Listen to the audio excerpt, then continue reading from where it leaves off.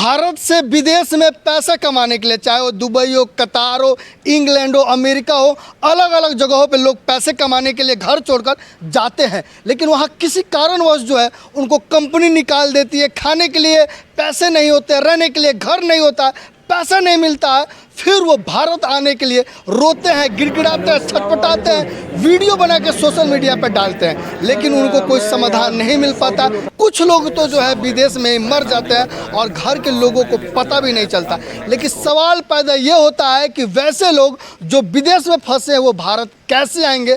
उसका समाधान है, बहुत बड़ा समाधान है, वो भी फ्री में समाधान है। तो जितने भी भाई हमारे वीडियो देख रहे हैं जो विदेश में हैं, भारत आना चाहते हैं, या जो भी व्यक्ति वीडियो देख रहा है जिनके परिवार वाले विदेश में हैं, वो अपने लोगों को भारत बुलाना चाहते हैं, तो हमारे साथ एक भाई साहब हैं, ये विदेश में फंसे हुए लोगों को भारत बुलाने का काम करते हैं, वो भी फ्री में। तो आप पूरा वीडियो देखिएगा और उन लोगों तक शेयर जरूर कीजिएगा जो विदेश में फंसे हुए हैं। चलिए हम इनसे बात करते हैं। सबसे मेरा पहला सवाल होगा कि आप विदेश में फंसे हुए लोगों को कैसे बुलाते हैं? जय हिंद, मेरा नाम सैयद आबिद हुसैन है और मैं विदेश में फंसे हिंदुस्तानियों की रिहाई के लिए मेरा काम है जी। और अभी तक मैं कम से कम 800 लोगों की रिहाई करा चुका हूँ। 800 लोगों को? जी। जी। और जिसमें बिहार और उत्तर प्रदेश और पंजाब और हरियाणा इस टाइप के जो मज़दूर प्रवासी मज़दूरों वाला जो प्रदेश है जहाँ पे रोज़गार के लिए लोग जो बाहर जाते हैं वहाँ के केसेस ज़्यादा आते हैं। और खासकर देखा जाए बिहार के लोग भी जो है वो खासकर दुबई, कतार वगैरह जगहों पे जो है कमाने के लिए ज़्यादा जाते हैं, और वो अगर मान लीजिए फंस जाते हैं कहीं भी, तो आप उनको कैसे बुलाते हैं? जी, तो सबसे पहले तो मैं बताना ये चाहूँगा कि मेरे पास केस या तो किसी मीडिया के माध्यम से आता है, या कोई सोशल एक्टिविस्ट या कोई अधिकारी के माध्यम, कोई ऐसा बंदा होता है जिनकी अपनी एक मार्केट में जान पहचान होती है। तो उनके पास जब वो केस आता है तो वो फिर पता लगाते हैं कि ऐसा कौन बंदा है जो ऐसी कोई एजेंसी है या ऐसा कोई NGO है जो इस विषय पे काम करती है। तो वो किसी न किसी के माध्यम से मेरा जब नंबर पाते हैं तो वो मुझे कांटेक्ट करते हैं और उनकी डिटेल भेजते हैं, और फिर वो सारे डॉक्यूमेंट मैं इकट्ठा करता हूँ और डॉक्यूमेंट इकट्ठा करने के बाद PDF बनाता हूँ और अपनी तरफ से एक लेटर जारी करता हूँ, और वो लेटर में विदेश मंत्रालय, भारत सरकार एवं संबंधित एम्बेसी जहाँ पे वो बंदा फंसा है भारत का, जिस देश में, वहाँ की जो हमारी भारतीय एम्बेसी होती है, हाँ, उनको मैं अवगत कराता हूँ।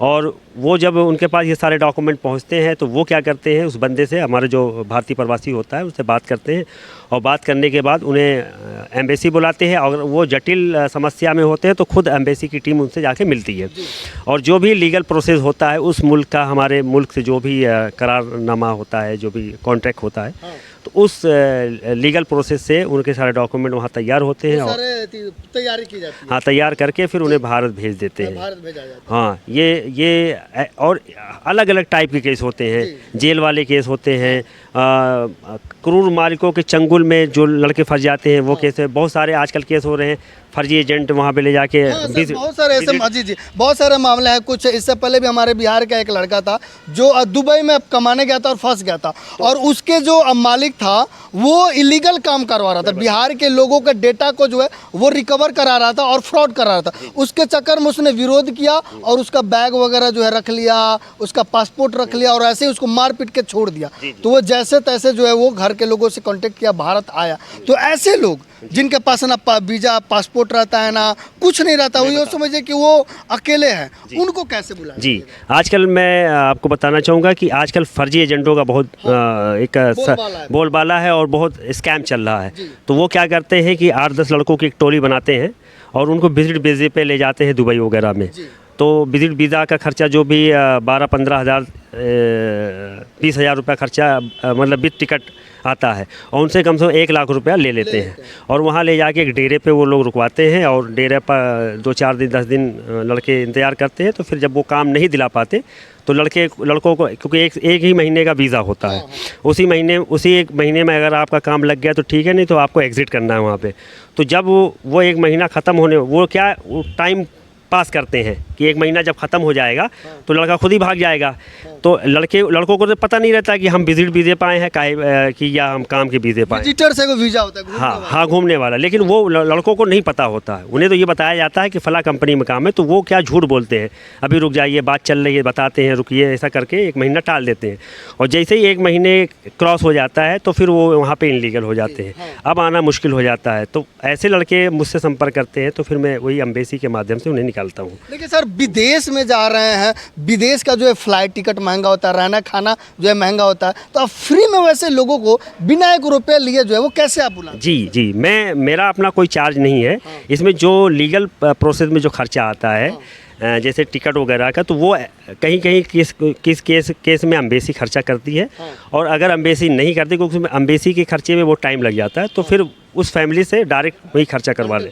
हाँ, वो है। और मतलब कि बहुत सारे- मतलब जो फैमिली अगर सक्षम अवेलेबल है, सक्षम जो है, सक्षम है, हाँ, कर सकता है, जो वो तो जो मैनेज हो जाता हाँ, वो है। मैनेज कर लेते ये नहीं। तो एम्बेसी से मैनेज। बिल्कुल। और बहुत सारी ऐसे लोग हमारे कांटेक्ट में हैं जो हमारे आवाज़ पे मेरी मदद भी करते हैं। जी। अगर मैं कह देता हूँ कि इस लड़के का ये काम हो गया, बस इसका टिकट होना बाकी है, तो बहुत सारे ऐसे लोग हैं जो मेरी इसमें, वो अपना नाम बताने के लिए मना करते हैं, लेकिन वो मदद कर देते हैं। मदद कर देते जी, हैं। लेकिन सर, ज़्यादातर देखा जाए लोग विदेश जाते हैं, फंस जाते हैं, आ नहीं पाते। वैसे लोगों को क्या संदेश देना चाहते हैं जो विदेश कमाने जाते हैं और फंसने वाले होते हैं? तो पहला चाहता हूँ, पहला संदेश सबसे पहला संदेश मेरा यही है कि जब आपकी विदेश के लिए मन बनाए कि हमें विदेश जाना है, तो सबसे पहले आप अपने जो लोकल एजेंट है, जो आपको एजेंसी से तारुफ मतलब मिलवाने वाला है, पहले उसकी पुष्टि करें आपकी वो एजेंट अभी तक जितने लोगों को भेजा वो ठीक ठाक वहाँ पे काम कर रहे हैं या नहीं। तो हाँ, अगर कहीं कुछ झोल आपको लगता है तो कतई उसको एंटरटेन ना करें। फिर उसके बाद एजेंसी का, आप जिस एजेंसी के माध्यम से आप जा रहे हैं, चाहे बम्बई या दिल्ली या पंजाब या लखनऊ या पटना, कहीं जिस एजेंसी से आप जा रहे हैं, तो एजेंसी की भी आप पुष्टि करें। एजेंसी ठीक ठाक है तो फिर एजेंसी से काम करवाएं। और हाँ, और वो रजिस्टर्ड है कि नहीं गवर्नमेंट से। और आप अपने डॉक्यूमेंट को ज़रूर चेक करें। सबसे ज़्यादा जो फ्रॉड हो रहा है वो डॉक्यूमेंट में ही हो रहा है। जो एग्रीमेंट होता है, आजकल क्या करते हैं एजेंट, जब आपकी फ़्लाइट होने वाली होती है, मतलब इतने ख़तरनाक तरीके से आपको एग्रीमेंट साइन करवाते हैं कि आपको मौका ही नहीं मिलेगा कि आप मना कर सको। मतलब सारे काम हो गए हैं, अब आपकी फ़्लाइट होनी है, आप एयरपोर्ट पे खड़े हैं, बम्बई एयरपोर्ट पे, और 15 मिनट बाकी है आपको बोर्डिंग कराने के लिए। जैसे आप तब वो एजेंसी वाला आता है, हाँ साइन करिए, जल्दी जल्दी, हाँ अरे सर ये तो 800, अरे वहाँ हो जाएगा, 1200 हो जाएगा, कोई दिक्कत नहीं। तो आपको वहीं रुक जाना है कि साहब ये 800 है तो 800 मिलेगा। जब एग्रीमेंट पे आप साइन करवा रहे हो तो 800 रुपये ही मिलेगा, ये मुझे पता है। तो आप वहाँ पे आप अपोज करो, आप मत जाइए। और लीगल है, उसको देख के अलर्ट हो जाना है। अलर्ट लेकिन होना। सबसे बड़ा बात यह है कि अगर कोई फंसा हुआ हो, कोई जा रहा हो, और या कोई निकलने हो चाहता हो, तो आपसे कैसे कांटेक्ट करें? मेरा फेसबुक पे और ट्विटर पे बहुत एक्टिव रहते हैं। आपका आबिद मेरा ट्विटर हैंडल है, और सैयद आबिद हुसैन मेरा कॉन्टैक्ट नंबर, सॉरी फेसबुक पे सैयद आबिद हुसैन के नाम से मेरा पेज है। और मेरा नंबर भी ले सकते हैं, मुझे कोई एतराज़ नहीं है, क्योंकि जितना नंबर मेरा फैलेगा उतने लोग की मैं मदद करवा पाऊँगा। तो मेरा नंबर है 9893767892। स्क्रीन पे आप देख रहे हैं, ये मेरा नंबर है। तो आप समझ सकते हैं, डिस्प्ले पर नंबर चल रहा है। कोई भी भाई अगर फंसे हुए, आपके रिश्तेदार, दोस्त, यार कोई भी फंसे हुए विदेश से आना चाहते हैं, तो डिस्प्ले पर जो नंबर चल रहा है उस नंबर पे आप कांटेक्ट जरूर कीजिए, भाई से कांटेक्ट कीजिए और अपने रिश्तेदारों को घर वापस बुलाइए। जय हिंद।